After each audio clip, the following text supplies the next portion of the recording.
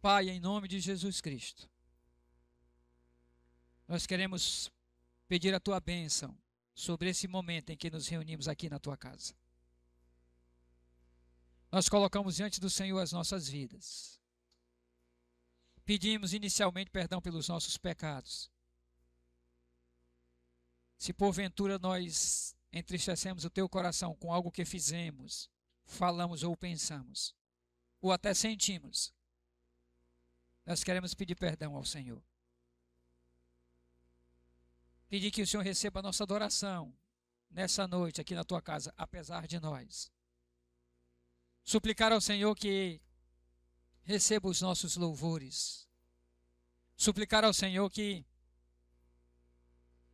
a tua palavra cantada, lida através da oração ou pregada nessa noite, ela possa trazer edificação para a tua igreja.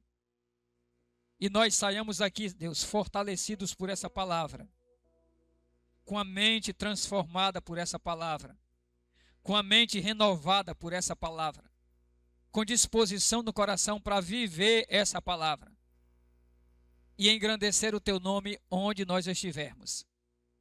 Senhor, que cada crente aqui tenha esse lema no coração e diga com esposa, filhos: eu e a minha casa serviremos ao Senhor. E possamos ter vida com Deus, para a glória do teu próprio nome. Senhor, em nome de Jesus Cristo, muito, muito obrigado por esse dia.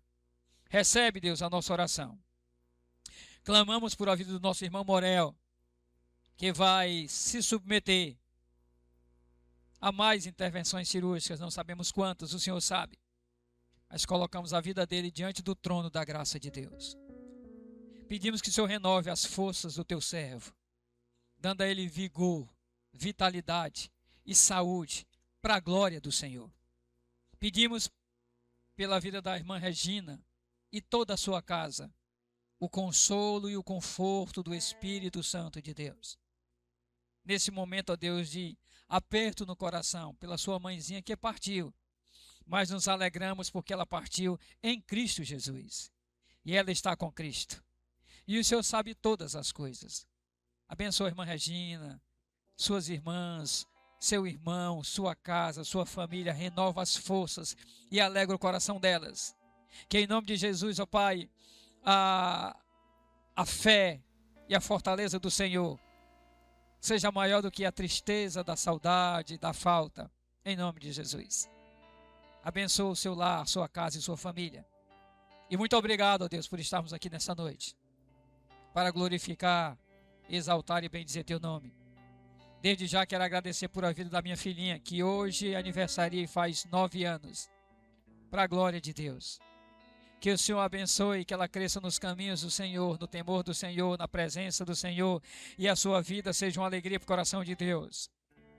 Guarda ela e todas as crianças dessa igreja de todo mal. Derrama a tua graça e favor sobre ela, e muito obrigado por a vida dela.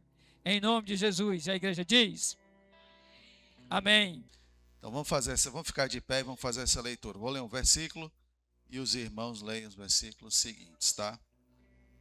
Celebrai com júbilo ao Senhor todas as terras.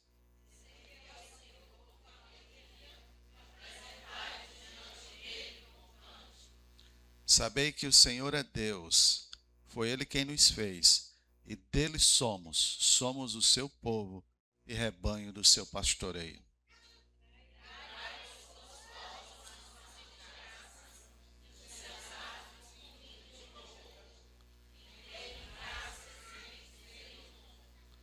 Todos, porque o Senhor é bom e a sua misericórdia dura para sempre, e de geração em geração a sua fidelidade. Amém. Pai, em nome de Jesus, te damos graças, ó Pai, porque até aqui tu tem derramado sobre nós a tua bênção. Pedimos saúde ao teu povo, pedimos consolo, pedimos graças, pedimos misericórdia, prosperidade aos teus povos. Te damos graças também pelo retorno do irmão Israel e da irmã Célia, que estavam viajando e voltaram para esta cidade, ó Pai. Fizeram uma boa viagem. Aqui estão, ó Pai. Abençoa eles e as suas famílias, que Deus possa estar abençoando. Abençoa cada irmão aqui presente, ó Pai. Pedimos que o Senhor possa estar abençoando a vida de cada um, que possamos estar te louvando, te adorando, te bendizendo o teu nome, ó Pai. Ó Pai, que possamos estar, deixamos de lado toda e qualquer coisa que possa atrapalhar a nossa comunhão contigo. Esses momentos possam ser para te servir, para te adorar. Abençoa cada um que irá ministrar os louvores e ministrar a palavra hoje à noite, ó Pai. Em nome de Jesus. Amém, Pai. Aquele que habita no esconderijo do Altíssimo e descansa à sombra do Onipotente. Aquele que habita no esconderijo do Altíssimo e descansa à sombra do Onipotente. Diz ao Senhor, meu refúgio, fortaleza, o Deus em quem eu sempre confio. Meu laço, veneno, flecha, vão me atingir, pois eu me escondo em ti.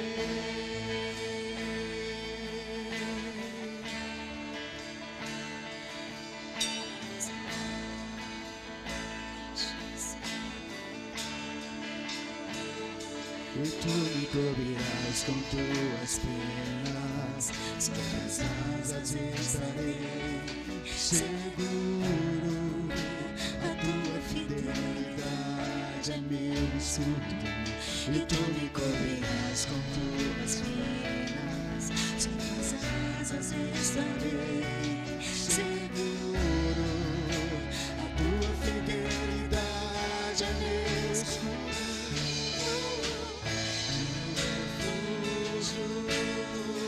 Fortaleza, o Deus em quem eu sempre confio.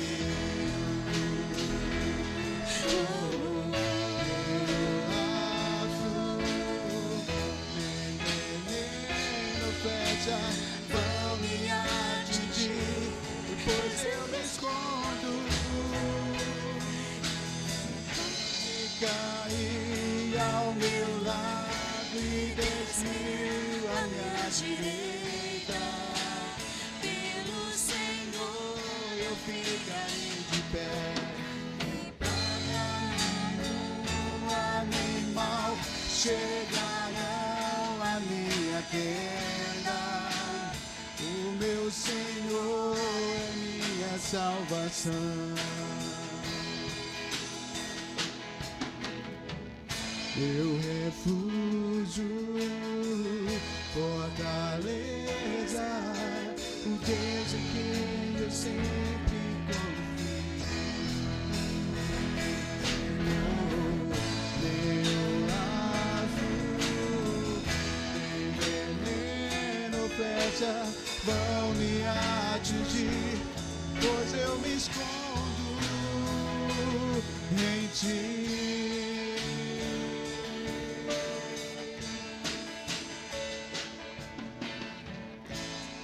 Aleluia. Tenho certeza, queridos, que tem um Deus a zelar por nós, a cuidar de nós.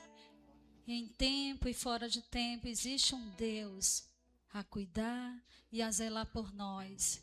Então cabe a cada um que está aqui orar uns pelos outros.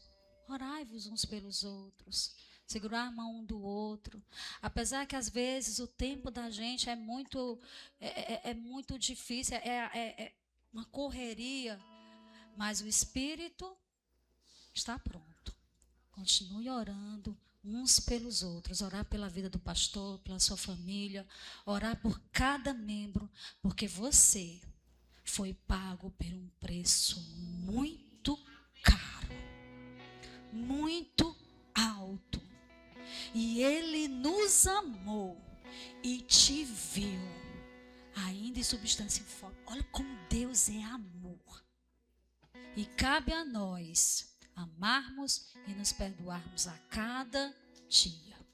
Que o Espírito Santo do Senhor, ele nos conduzirá em santidade. Amém? Podem sentar.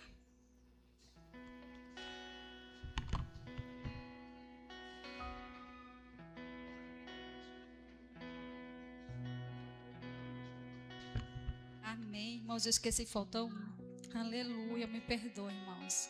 Mas fique sentadinho mesmo, viu? Nunca me deixou. Ainda que eu ande. Aleluia. Oh, Senhor. Ainda que eu ande pelo vale da sombra da morte, o teu amor lança fora o medo. Ainda que eu encontre Oh, Deus. Glória a das Deus. tempestades, não voltarei, pois perto está. Diga. Eu não temerei O Senhor nos diz: mal, estarei pois convosco. o meu Deus comigo Diga, está. O Senhor está comigo. Se o meu Deus comigo está, a quem eu temerei, a quem eu temerei.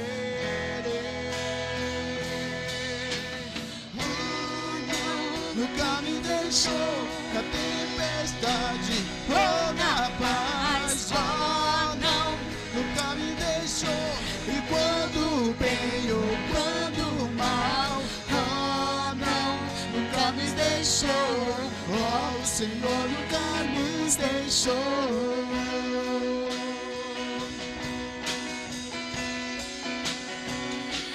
Posso ver a luz que está vindo, Jesus é a luz. incomparável, gloriosa luz.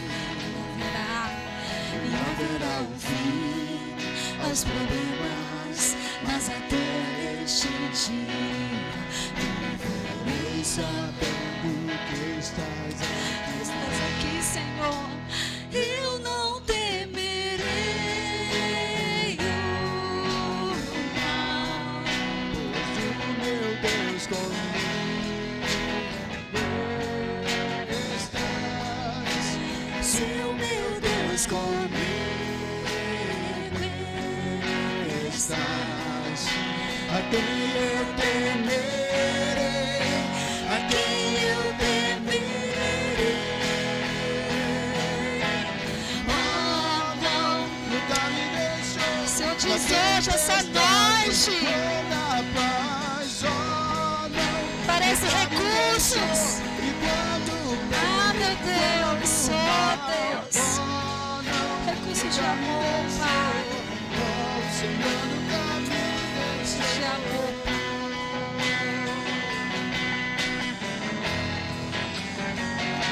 Eu posso ver a luz que está vindo ao coração que espera, e haverá um fim aos problemas, mas até este dia chegar, te louvarei,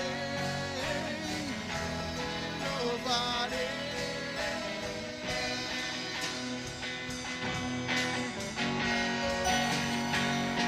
Eu posso ver a luz que está vindo ao coração que espera,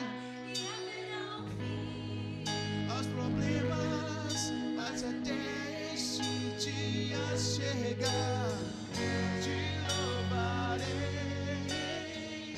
te louvarei.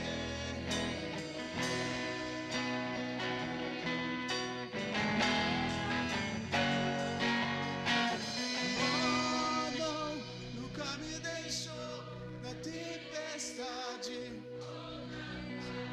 Oh, não, nunca me deixou.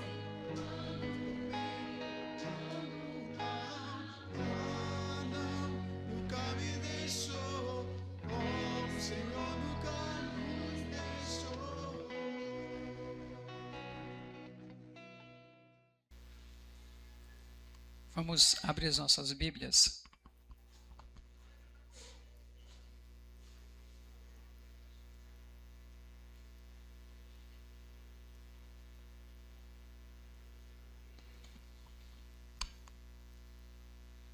No Evangelho de Mateus, capítulo 5.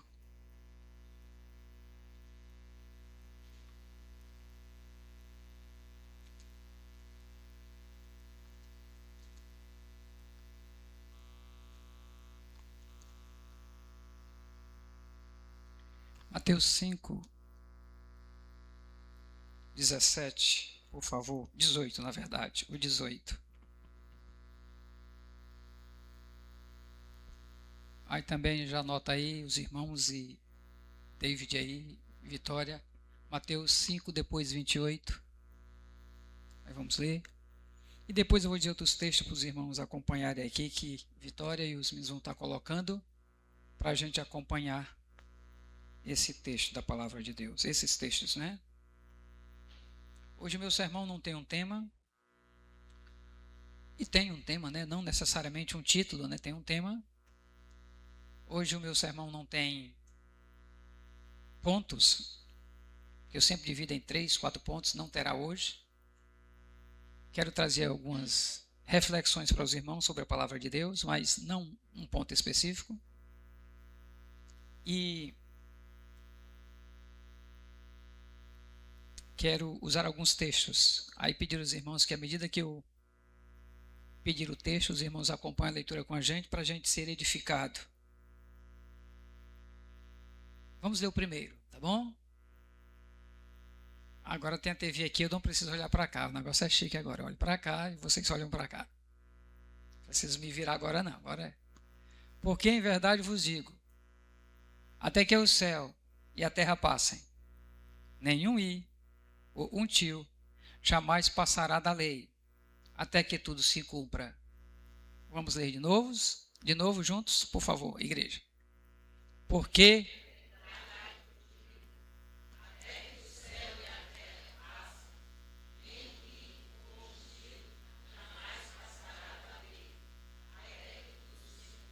por enquanto baixa esse texto.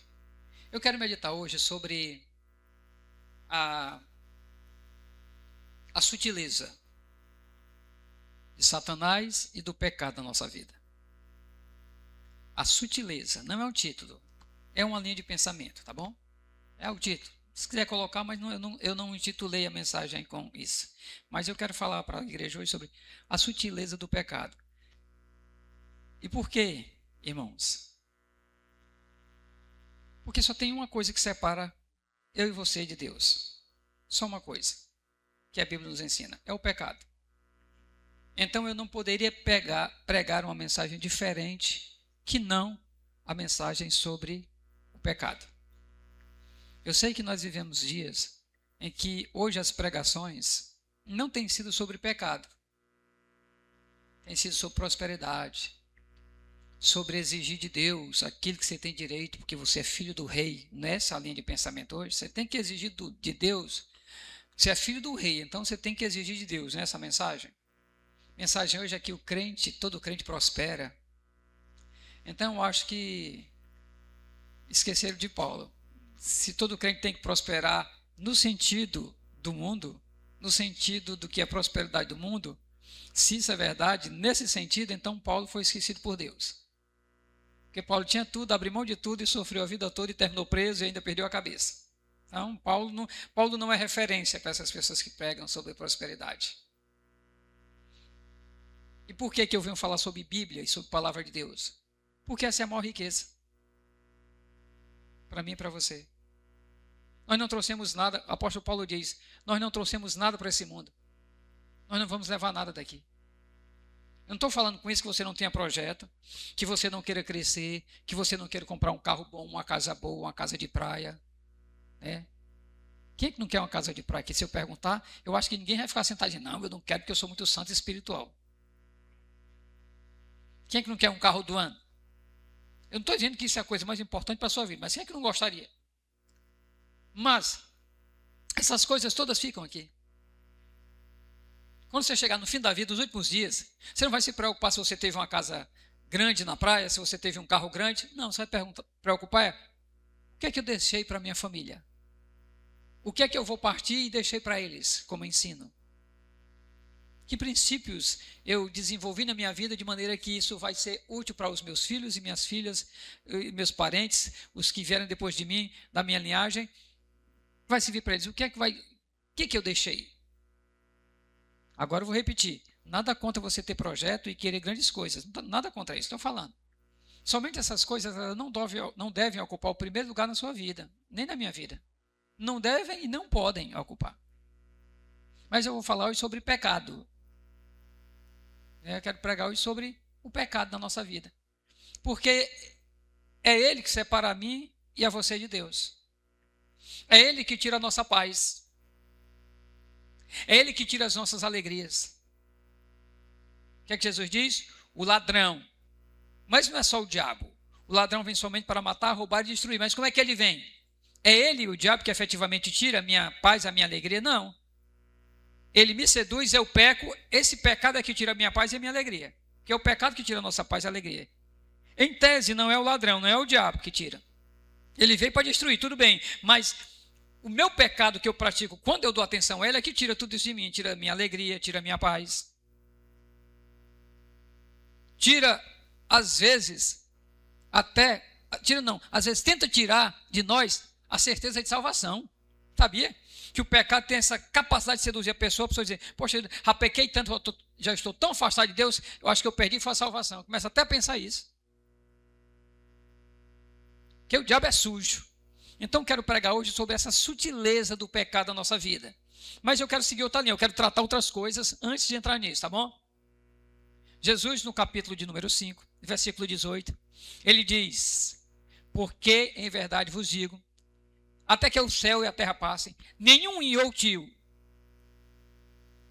jamais passará da lei, até que tudo se cumpra. Talvez alguém aqui, nessa noite, pode perguntar, mas o que é isso, pastor? Um i ou tio, o que é que a Bíblia está querendo dizer? O que é que Jesus está querendo ensinar? O i é a menor letra do alfabeto hebraico. A menor. E o tio era um pequeno traço usado apenas para diferenciar sons de letras que eram muito parecidas. Ou seja, o tio diferenciava uma letra da outra de maneira que o som era diferente. Não sei quantos de vocês sabem, no hebraico, antigamente, não tinha vogal. O hebraico só tinha consoantes.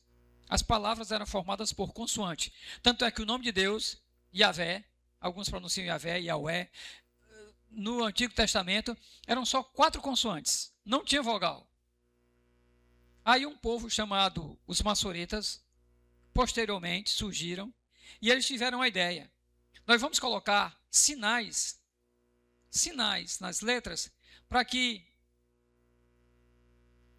ela possa individualizar a palavra, de maneira que eu entenda a pronúncia. Vou dar um exemplo para vocês no português, tá bom?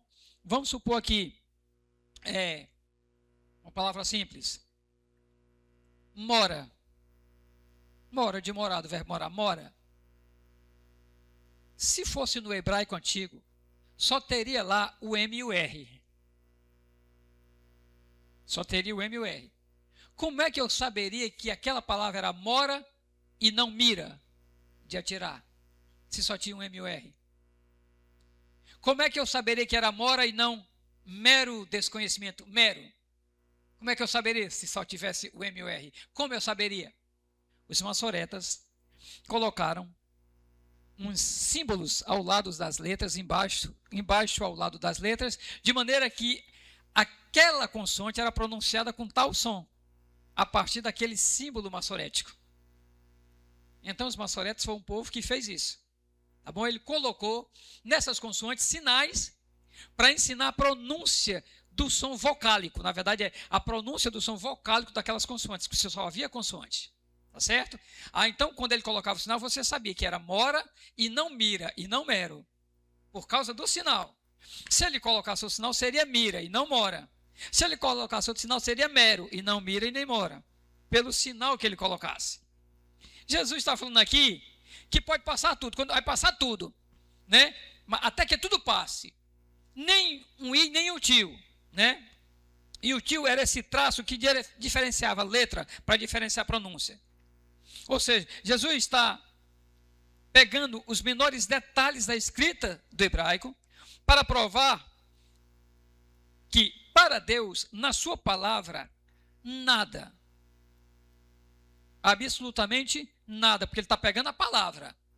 Para provar para todos que estavam ouvindo, e para mim e para você hoje, Jesus está querendo provar que nada na palavra de Deus, absolutamente nada, é insignificante. Uma história que esteja contida lá, bem pequena, bem simples, ela não é insignificante, ela tem um valor. Uma parábola que Jesus conta, ela tem um valor. Uma narrativa de Paulo, ela tem um valor. Porque vai passar céus e a terra, mas nenhuma dessas palavras, nada vai passar sem ter o seu valor para a vida e para a humanidade. Então Jesus está falando isso, que nada, absolutamente nada, no escrito da palavra de Deus, nada é sem significado. Tudo tem um significado. Então a palavra de Deus para mim e para você tem um significado. Primeira coisa que eu quero abordar é isso. Isso aqui é muito profundo, porque nós vivemos numa geração que trata a verdade, preste atenção, trata a verdade, essa palavra aqui que é a verdade absoluta, que trata a verdade como algo flexível. Uma geração que escolhe o que quer obedecer, o que quer aceitar. Uma geração que desconsidera o que está escrito. Só eu que estou percebendo isso ou está chiando para vocês o microfone? Está chiando? Deve depois tentar aí com o pau tirar esse... colocar um pouco de grave aí, né, para ver se melhora. Então, uma geração que desconsidera o escrito e que faz uma interpretação conforme a conveniência. Uma geração que ignora o que está escrito na palavra de Deus. Só que Jesus está dizendo que na palavra de Deus, até os detalhes, que esse i e esse tio eram detalhes, tem importância. Dizendo para mim e para você, e dizia para o povo, para que ele estava falando naquele momento, que a escritura sagrada ela tem importância para nós. Eu não sei quantos sabem, esse livro aqui é o livro mais vendido do mundo. Mas ele não é o livro mais lido do mundo, embora seja o mais vendido. Você sabe que esse livro foi o primeiro livro impresso. Gutenberg foi o inventor da imprensa. O primeiro livro que foi impresso foi a Bíblia. Quantos exemplares de livros tem no mundo da Bíblia? Muitos, mas ele não é o livro mais lido. Tem coisa que o homem, e muitas vezes o crente, chama de detalhes, mas Deus continua levando muito a sério. Pense comigo numa coisa. Hoje em dia, quando você vai num caixa rápido, e você faz todo o procedimento lá no caixa rápido para poder sacar um dinheiro, coloca o número da conta, o número da agência, tal, quando é preciso, hoje só coloca um cartão tal. Se você digitar uma letrinha errada da senha, cai tudo por terra. Não dá certo, nada, sai tudo errado. Se você digitar uma letrinha errada da senha, tem que, poxa vida, esqueci a senha. Se você esquecer um detalhe da senha, nada dá certo. Jesus pega exatamente os menores detalhes da escrita hebraica para mostrar que Deus nunca tratou e nem trata a sua verdade com superficialidade, com relatividade. Ele quis pegar o i e o tio para mostrar a importância e a riqueza da palavra. Tanto é que quando ele é tentado no deserto, ele menciona a palavra. Tanto é que a sua oração na cruz era uma oração feita por uma criança judaica. Uma criança judaica, quando ia dormir, ela dizia: Pai, em tuas mãos entrego o meu espírito. Era uma oração. Jesus entrega na hora da morte, Jesus repete uma oração que a criança judaica fazia, mostrando a riqueza e a importância da Escritura. Isso aqui é muito profundo, porque tem pessoas que estão vivendo e adaptando a palavra de Deus à sua realidade. Aquilo que lhe agrada, aceita apenas as partes leves da palavra de Deus. Só tem um problema: a verdade não foi dada ao homem para ser editada. A verdade foi dada ao homem para ser obedecida. Isso aqui é o manual de Deus para quem quer ser feliz. Se você quer ser feliz, viva essa palavra. Se você quer ser feliz, leia essa palavra e pratique. Coloca aí na tela, por favor, Vitória, o Salmo 1. Se você quer ser feliz, vocês deveriam todos saber o Salmo 1 de cor. Vocês arriscam dizer comigo, sem abrir a Bíblia? Vamos montar aqui o Salmo 1. Desfaz o que eu falei. Tira aí da tela aí, Vitória, o Salmo 1. Tira aí o Salmo 1. Tira. Bota, isso. Agora ficou bom. Pode começar. O homem que não anda no... Não. Bem-aventurado o homem que não... Fala alto. Bem-aventurado o homem que não se detém no caminho dos... Nem se assenta... Antes a sua lei, e nela, de dia, ele será como árvore junto à corrente dos rios, que no devido tempo dá o seu fruto, cujas folhagens e tudo quanto ele faz não são assim, são, porém, adiante. São, porém, como a palha que o vento.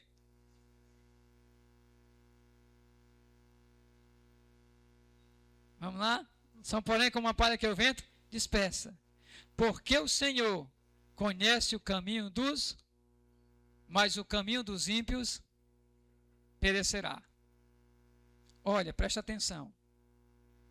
O que é a palavra do Salmo 1? O salmista está dizendo que essa palavra ela é rica. E o homem grande aos olhos de Deus é aquele homem que lê aquela palavra e que engole ela. Engole ela. Mude um dia acordou e quando ele olhou numa pensão que ele estava, ele tinha a Bíblia dele, ele chegou numa pensão, quando ele acordou pela manhã, ele viu que tinha uma Bíblia, alguém tinha ido naquela pensão e tinha deixado uma Bíblia lá. E aquela Bíblia estava comida pela traça. Ou seja, umas páginas comidas. Quando ele viu aquela Bíblia comida pela traça, ele se ajoelhou e disse: Senhor, eu quero comer essa palavra como essas traças fizeram. O sonho dele: Senhor, me ensina a comer essa palavra como essas traças fizeram. Ou seja, colocar essa palavra toda para dentro. E vocês sabem o que é que foi a vida de Mude. Mateus 5, 28. Mateus, agora pode colocar. Eu, porém, toda a igreja, eu, porém, vos digo, qualquer para uma mulher com intenção impura no coração, já adulterou com ela. Toda a igreja bem forte. Eu, porém,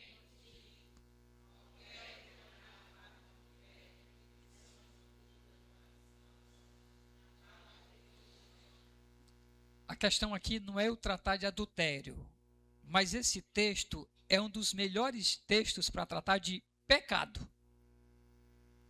Ele trata sobre adultério, mas esse texto é um dos melhores textos para tratar sobre pecado. E eu queria falar sobre pecado, então esse é o que melhor se enguarda. Você pode colocar adultério ali ou qualquer palavra ali, né? Não com relação à mulher, mas no coração. Você pode tratar qualquer palavra. Esse texto ele define exatamente como é que o pecado faz. Gostaria que a igreja percebesse uma coisa muito importante desse texto, uma informação, um ensino de Jesus muito profundo desse texto. A lei, preste atenção, guarde isso no coração, nunca esqueça, em nome de Jesus, a lei alcançava o pecado depois da queda.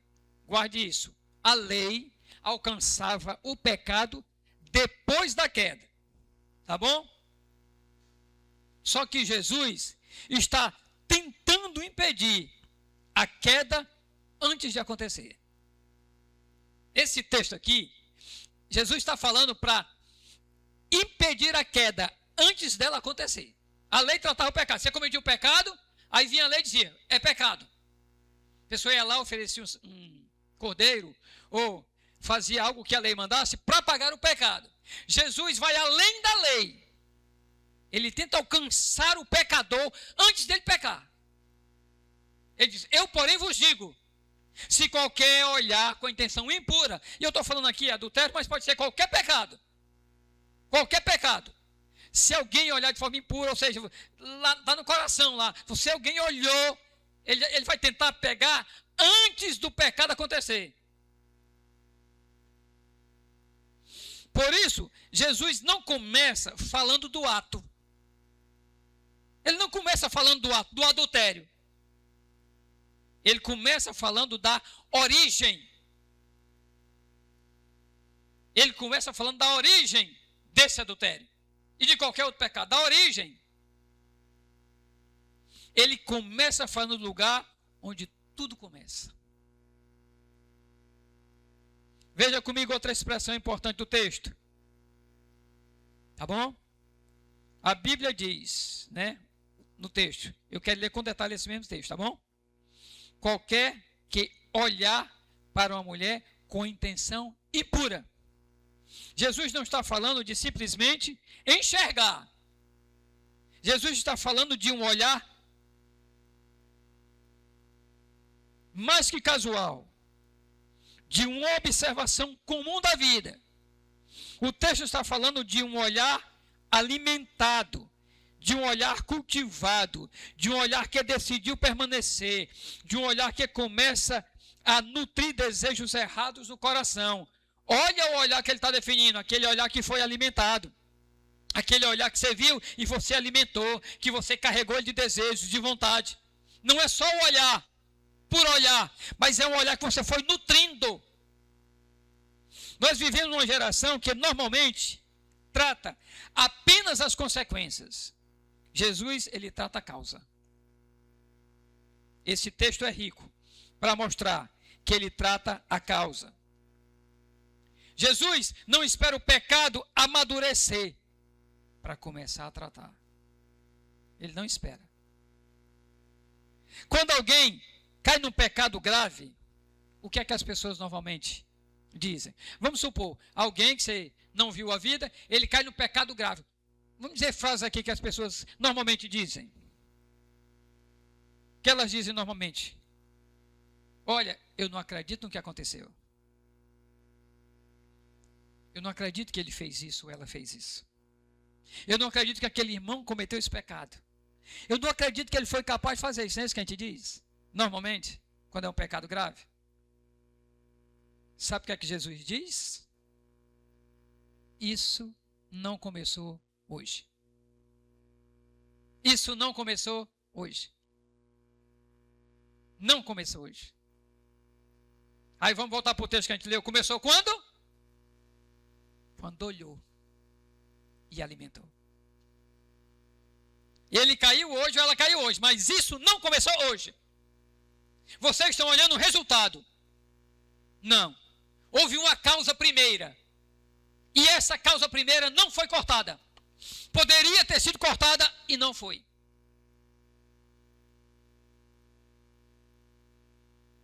Aprenda uma coisa muito importante. O pecado, guarde essa frase. O pecado raramente nasce pronto. O pecado raramente nasce pronto.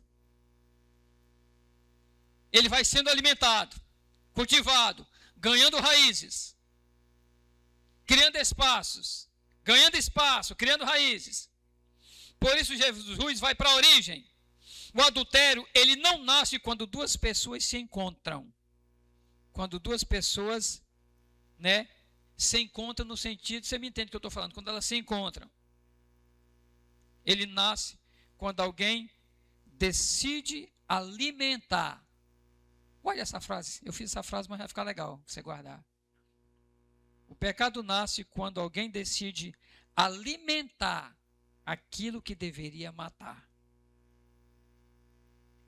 Quando alguém decide alimentar aquilo que deveria matar, foi ali que o pecado nasceu.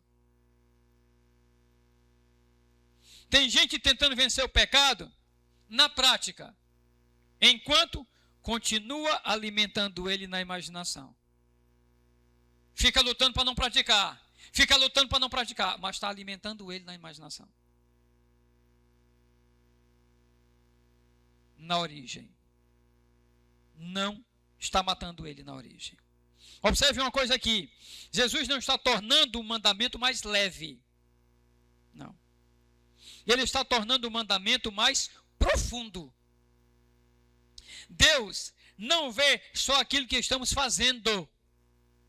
Deus vê principalmente o que nós estamos alimentando. O que nós estamos alimentando. A Bíblia fala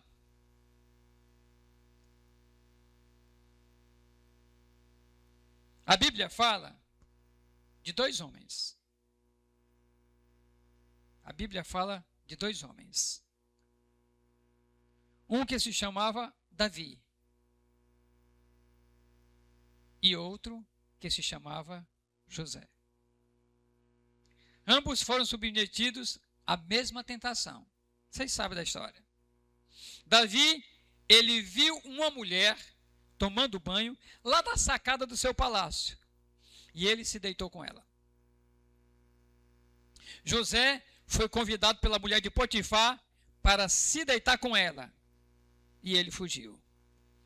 Ambos foram submetidos à mesma tentação. A diferença é que um correu para o pecado, o outro correu do pecado.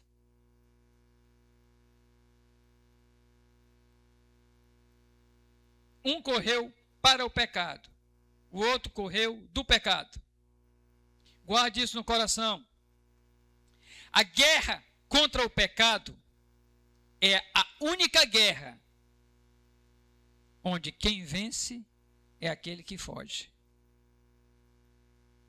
Nós somos ensinados na nossa vida que as pessoas, para conquistar e vencer as coisas, elas têm que lutar, ir em busca e procurar. A guerra contra o pecado é a única guerra que o vencedor é aquele que foge.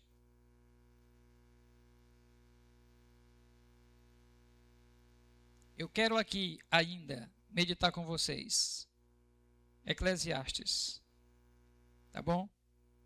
Meditar com vocês em Eclesiastes.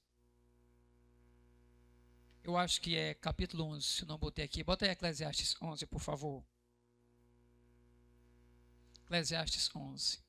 Esqueci aqui, mas é 11. Não, desculpa, 12. 12. 12.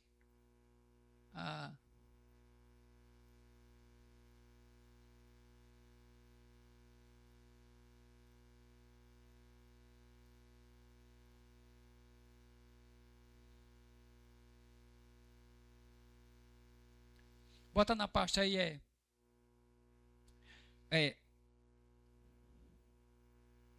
anda pelos caminhos que satisfaz a teu coração e agrada os teus olhos. Coloca aí.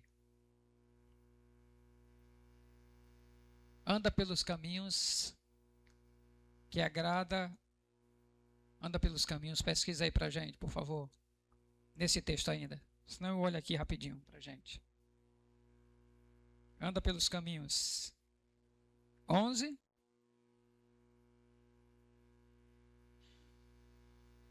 Nove, 11, 9, bota aí. Pronto, aqui, ótimo. Recreia o teu coração nas tuas mocidades. Anda pelos caminhos que satisfazem o teu coração e agradam os teus olhos. Tá bom? Eu quero pensar um pouquinho com vocês nisso. Salomão está mostrando que aquilo que está dentro do coração começa a influenciar o que você vê. E aquilo que você começa a influenciar é o caminho que você vai seguir. Aquilo que está dentro do teu coração começa a influenciar aquilo que você vê. E aquilo que você vê começa a influenciar todo o teu caminho, o caminho que você segue. E é aqui que está o ponto de partida. Quando Salomão fala daquilo que agrada aos olhos, ele está falando daquilo que prende o olhar. Isso é muito sério, porque os olhos não são neutros. Os nossos olhos não são neutros. E é interessante que eles são guiados por algo que é interior. Nessa semana, nós falamos, eu acho que na terça-feira, se eu não me engano sobre isso, nós somos guiados por aquilo que está dentro de nós, ou seja, o que está dentro de nós, ele vai, de alguma forma, ecoar, ou nas nossas palavras, ou nas nossas ações, de alguma forma ele vai sair. E eu falava que Parmênides, no ano 50 a.C., que era um filósofo, ele disse uma coisa que aparentemente é boba. A frase dele, filosófica, era assim: o homem é o que é. O homem é o que é. E nós falamos na terça-feira sobre isso. A questão da natureza. Por que é natural, às vezes, a gente pecar? Porque a nossa natureza é pecadora. Por isso que é natural nós pecarmos. E Salomão, como eu falava aqui, ele está mencionando para nós que, ensinando que os olhos não são neutros. Os olhos apenas enxergam, os olhos apenas influenciam. Aquilo que você olha, por muito tempo, você começa a desejar. Se olha por muito tempo, você começa a desejar.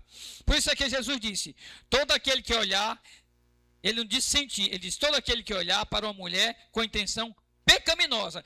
E eu falava que aquele olhar era um olhar continuado, um olhar persistente, um olhar que insistia. E isso não é só o pecado do adultério, é qualquer pecado. Tudo que você alimentar no coração, tudo se alimentar no coração, aquilo ali vai te levar para a derrota. Se efetivamente aquilo ali for caminho de perdição. Porque se você alimenta valores e princípios do reino de Deus, aquilo também vai jogar para frente. A Bíblia diz que Jesus, lá no livro de João, capítulo 7, não precisa colocar não, por favor, Jesus no capítulo 7 dizia, eu tenho a água da vida. Se alguém beber dessa água, rios de águas vivas fluirão do seu interior.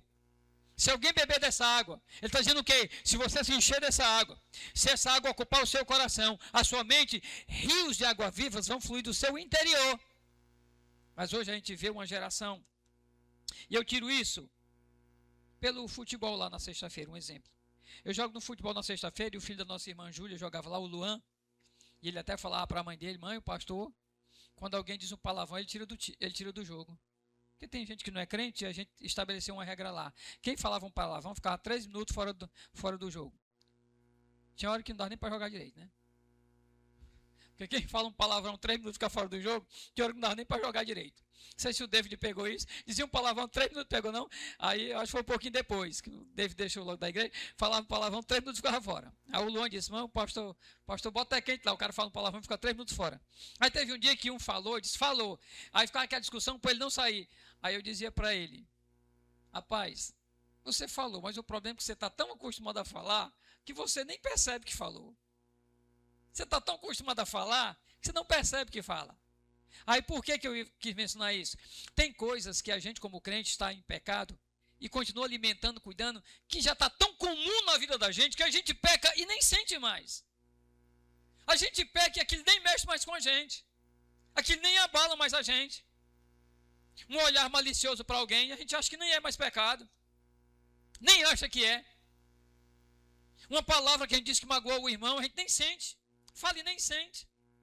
Um ato nosso, uma atitude com o irmão, não é nem falar, às vezes é um comportamento com o irmão, a gente nem sente que é. A gente não sente que é, não percebe. Por quê? Porque já está tão comum, às vezes em casa, diz uma palavra com a esposa que machuca, a gente nem sente mais que machuca, ou com o marido, ou com o filho. Nem sente. Por quê? Porque está tão enraizado, está tão comum na nossa vida, e isso é o pecado.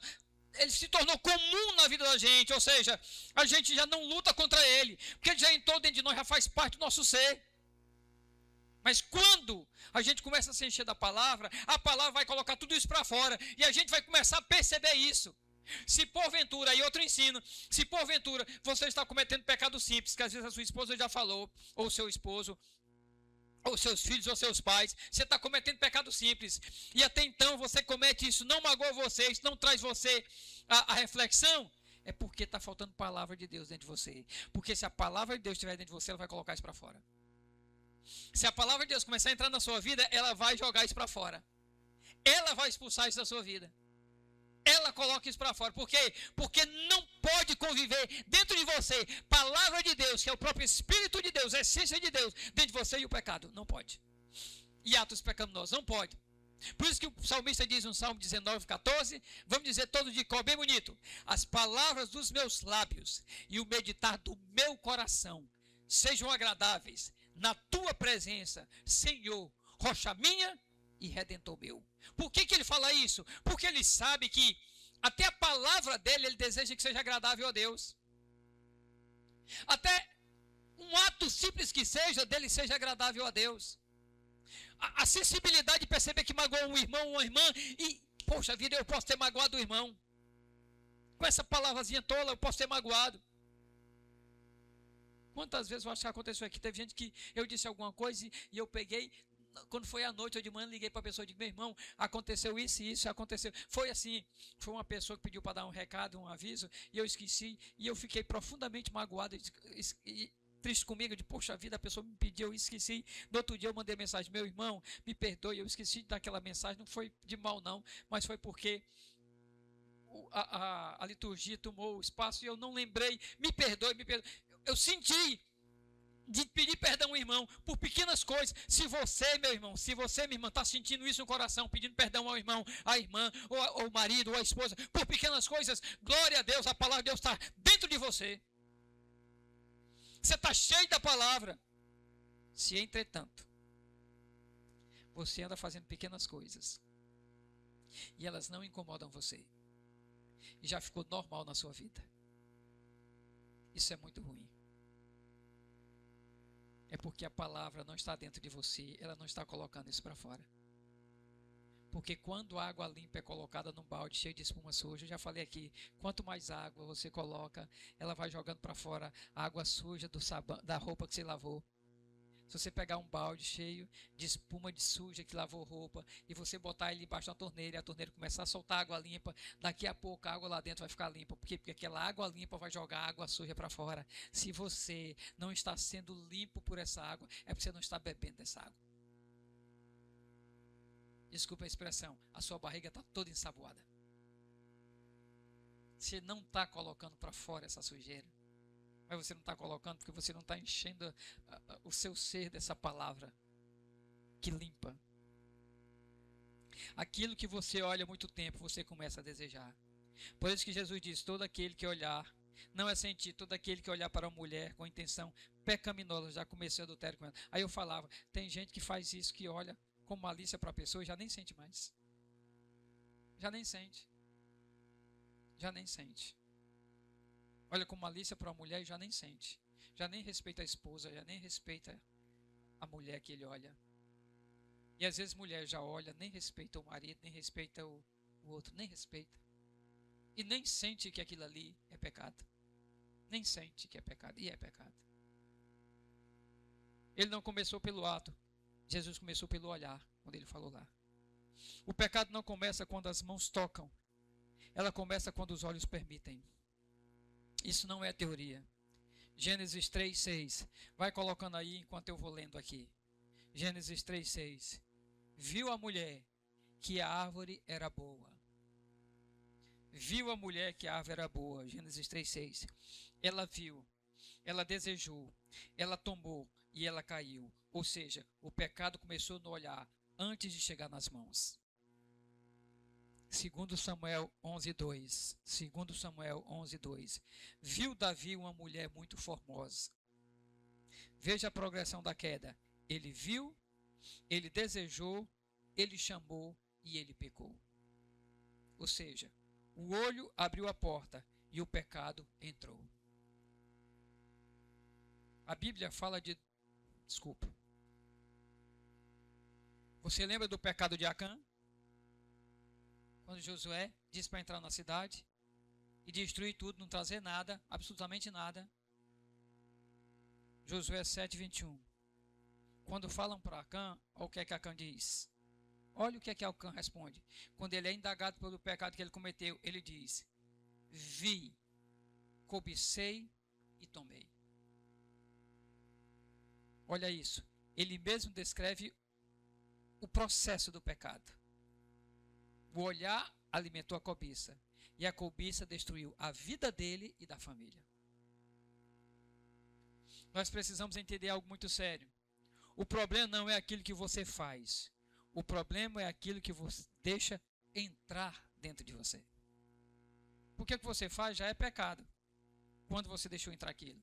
Ou seja, não é quando você materializa. Jesus diz, eu porém te digo, se no teu coração tu tiver intenção impura, olha o que Jesus está falando. Jesus está falando da origem e da causa. Se você no coração tiver uma intenção impura, Jesus vai lá na raiz do problema, antes do pecado.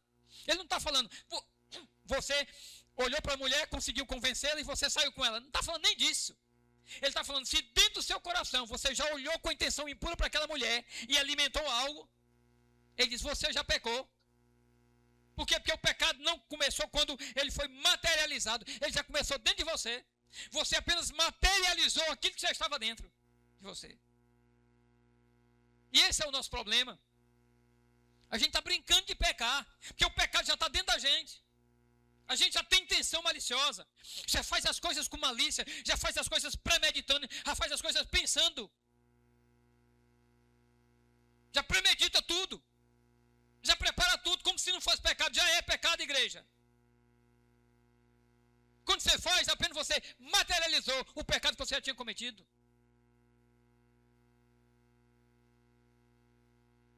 Porque tem coisas que entram pelos olhos e se instalam na alma. E quando se instala na tua alma, vai começar a te dominar. Influenciar teu pensamento, começa a influenciar o teu desejo, a influenciar a tua decisão, e sem você perceber, o caminho já está formado. Aquilo que os olhos provam, os pés começam a seguir. Quando Jesus diz, ó, teu coração, você teve uma intenção impura, você já pegou. Então, o grande problema dos nossos dias, nas nossas igrejas, não é... Estou falando do mundo, porque o mundo vive o pecado. Estou falando da igreja. Não é aquilo que você materializou. É uma igreja que hoje as pessoas estão com os pecados aqui dentro do coração, já dentro de si. Só apenas não materializaram, mas já pecaram. E adora, e vem para a igreja, e louva ao Senhor, e ministra uma palavra, que pode acontecer até comigo, com você, e na verdade você já materializou.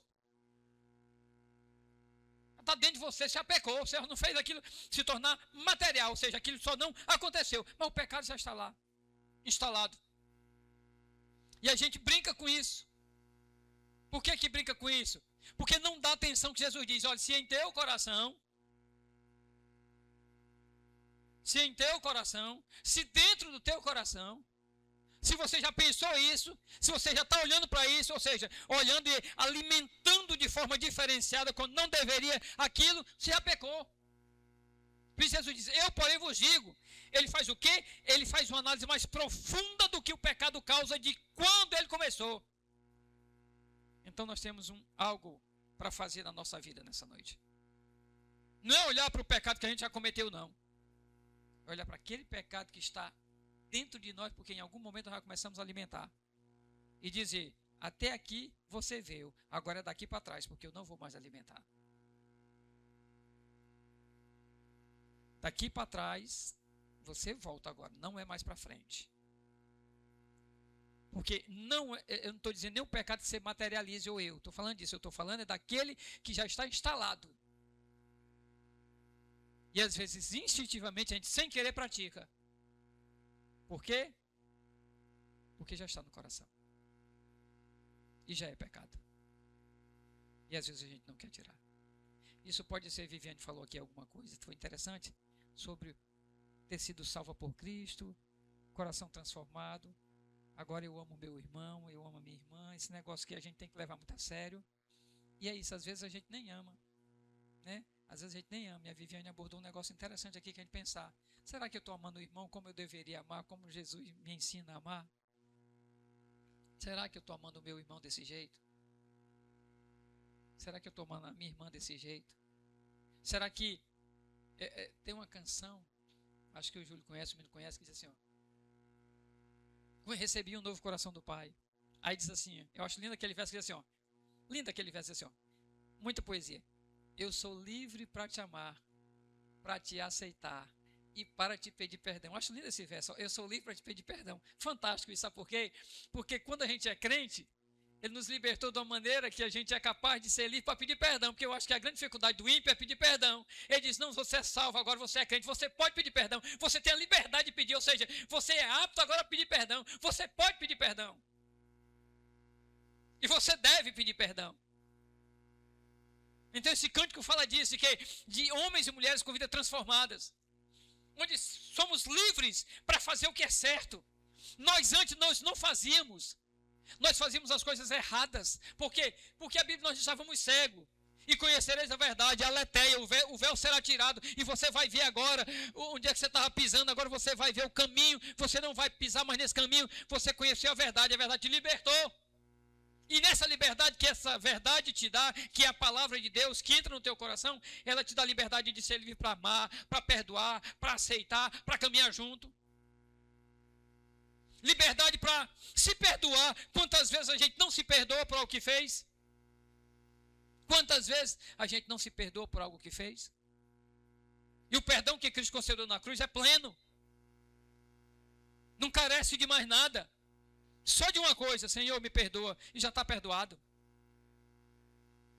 É receber o perdão. A partir da confissão, é receber o perdão. Porque quando a gente confessa, a gente só recebe o perdão, porque ele já perdoou na cruz. Mas a necessidade de confessar. Então, às vezes, a gente está vivendo preso. Por quê?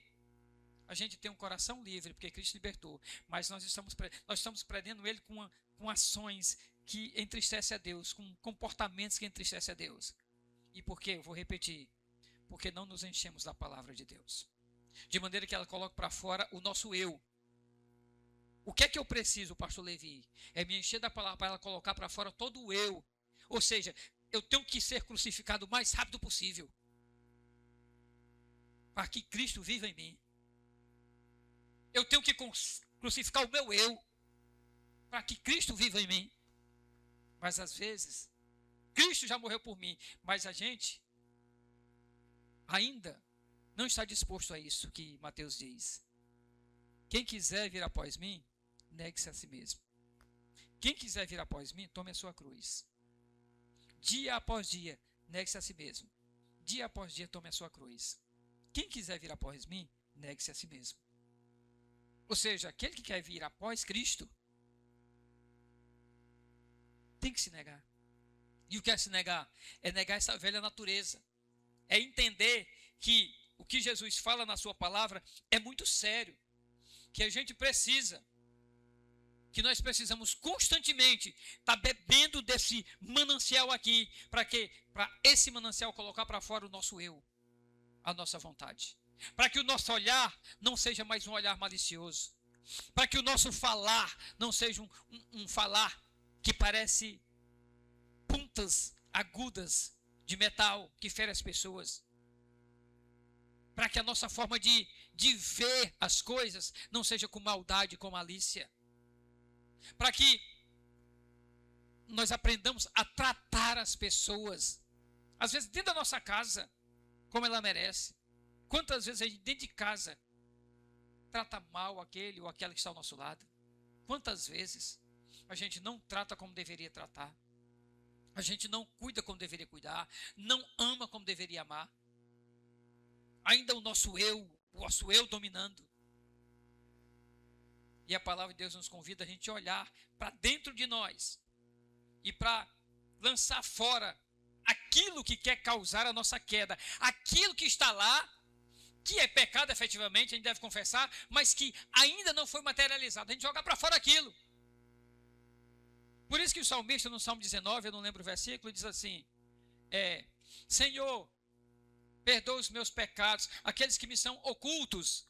O que são os pecados ocultos? Os pecados ocultos não são os pecados efetivamente materializados. São aqueles que causaram aquele pecado. Ou seja, é algo que vem na origem. E por causa daquilo que está na origem, eu cometi aquele pecado. O caso de Caim. Caim matou Abel. Tudo bem, o pecado foi a morte. Matou Abel. Mas tinha algo dentro do coração dele que fez com que ele matasse Abel. Por isso que Deus diz, Caim, o que é isso que está dentro do teu coração? Convém que você domine isso. Ou seja, aquele pecado que estava dentro dele é aquele pecado que o salmista diz, aqueles pecados que me são ocultos. Ele não matou por matar, ele matou porque dentro dele havia um pecado que ia produzir outro. Qual? O homicídio. Aquele pecado dentro do coração de Caim produziu o homicídio contra o seu irmão Abel. E a gente muitas vezes não está cortando aquela causa que está dentro de nós. E Deus me convida. E convida você a cortar aquilo que está dentro de você nessa noite. Aquilo que efetivamente pode levar você à queda, ao fracasso. Aquilo que está destruindo a sua relação dentro de casa, às vezes com o marido, com os filhos, com a esposa, às vezes está destruindo a sua relação com o trabalho, às vezes está destruindo a sua relação, e certamente está a sua relação com Deus. A sua relação com Deus. Se eu pudesse projetar o seu coração aqui, e o meu também, mas o seu aqui.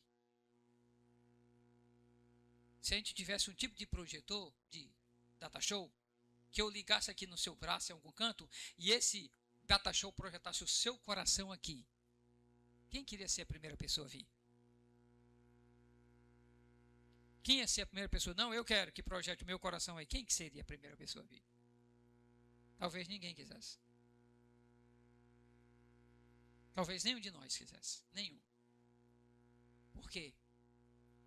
Porque nós conhecemos o nosso coração. Mas há um que também conhece Deus. Há um Deus que também conhece o nosso coração.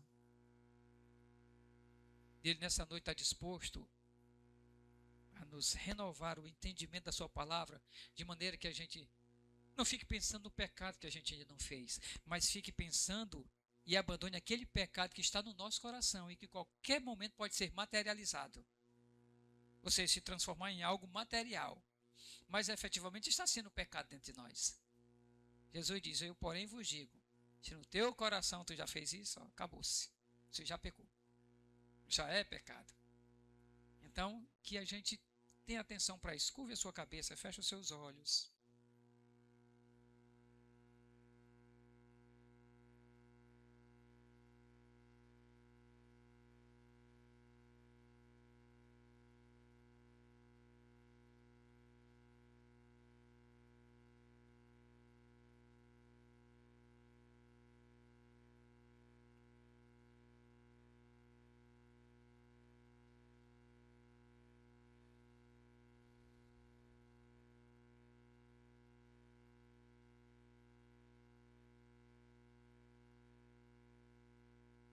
Curve a sua cabeça, feche os seus olhos, ore ao Senhor.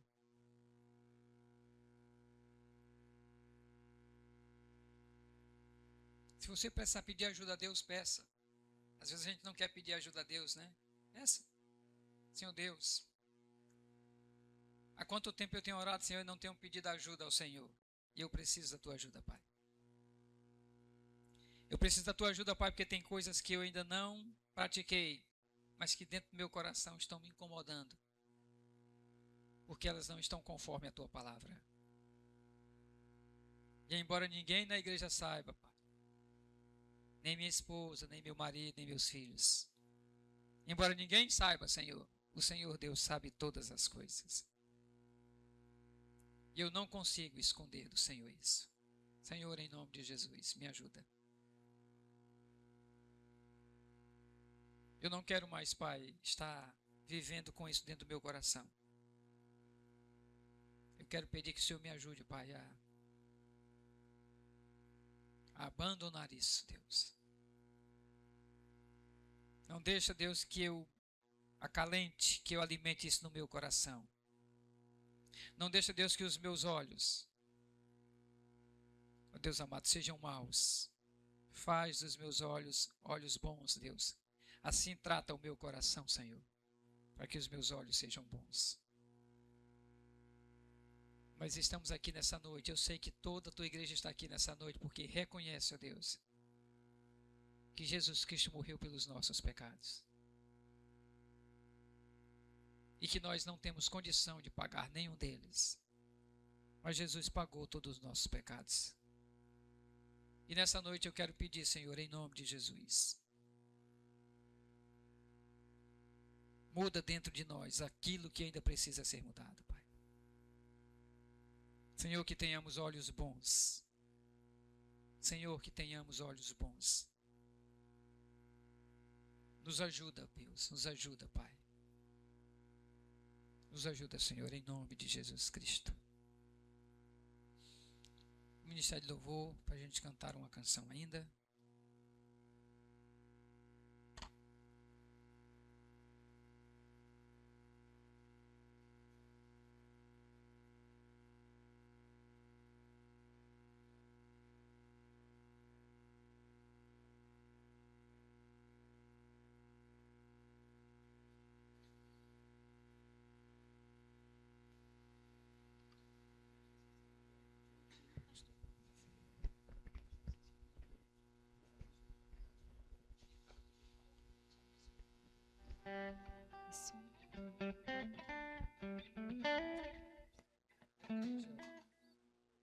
Oi, oi.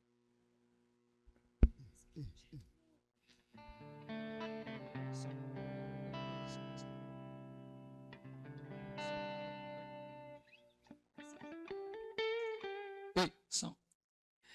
A igreja, mesmo assentada. Vamos cantar Rendido Estou. Vamos nos render na presença de Deus.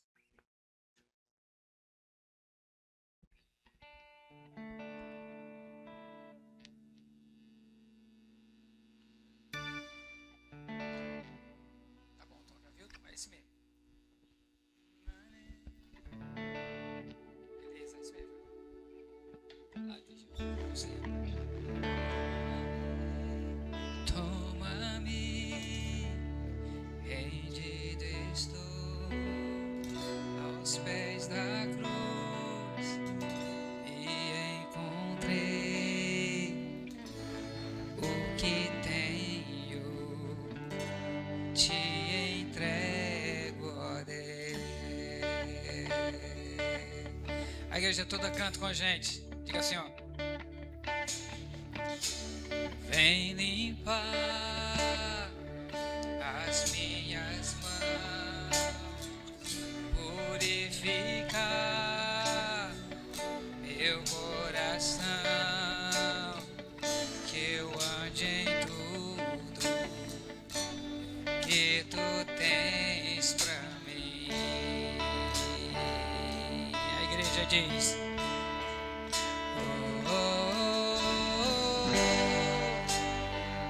eis-me aqui, rendido estou.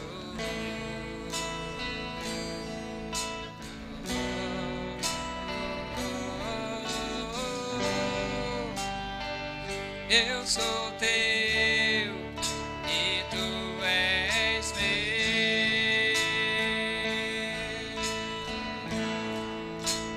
Jesus. A igreja canta, meus momentos. Momentos e os dias meus, meu respirar, que sejam todos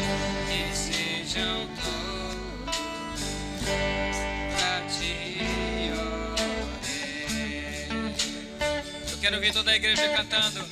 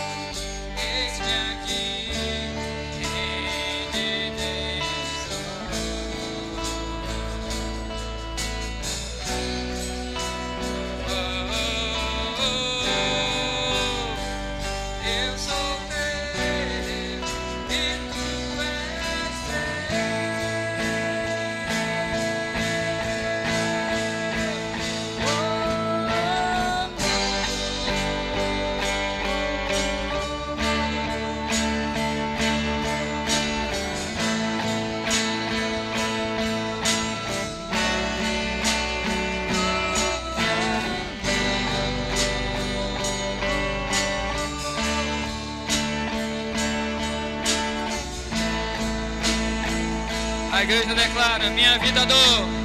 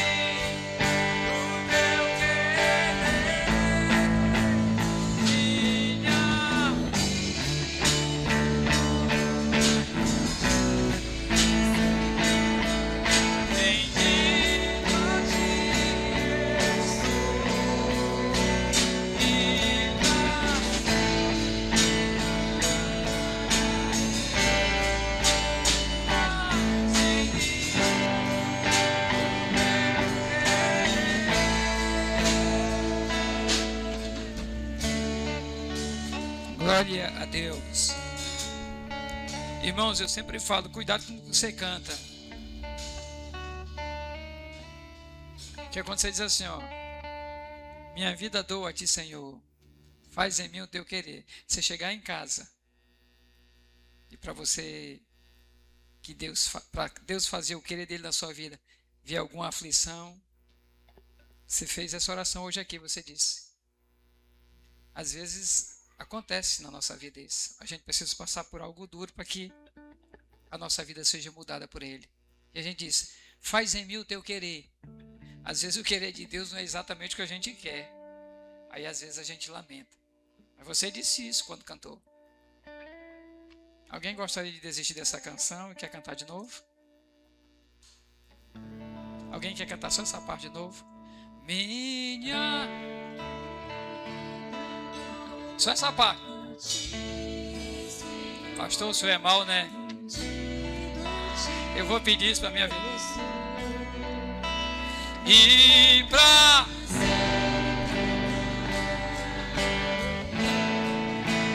faz em mim o teu querer de novo. Minha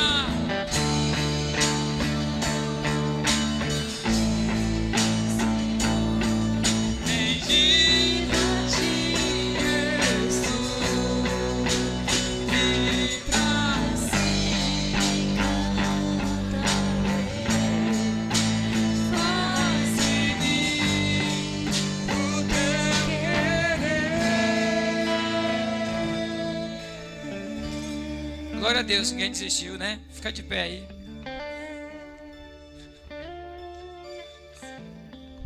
Irmãos, a gente não vai cantar o Parabéns da Viver hoje, porque terça-feira a gente tem um culto, então não precisa trazer o café da amizade. A gente vai trazer um bolinho salgados para comemorar o aniversário dela aqui. A gente convida todos os da igreja, com as crianças, todos. Terça-feira vai cantar o Parabéns dela aqui. E café da amizade não precisa trazer, a gente vai trazer um bolinho salgados para a gente bater o parabéns dela aqui, porque eu não vou cantar hoje, tá bom? E ela está lá em cima, tá bom? Receba a bênção. Que o Senhor Deus te abençoe. Que Ele faça resplandecer sobre ti o seu rosto e tenha misericórdia de ti. Que sobre ti o Senhor levante o seu rosto e te conceda sempre a sua graça e a sua paz. Que o Senhor te abençoe e faça brilhar seu rosto em ti, conceda sua graça e te dê paz. As irmãs, com a Viviane.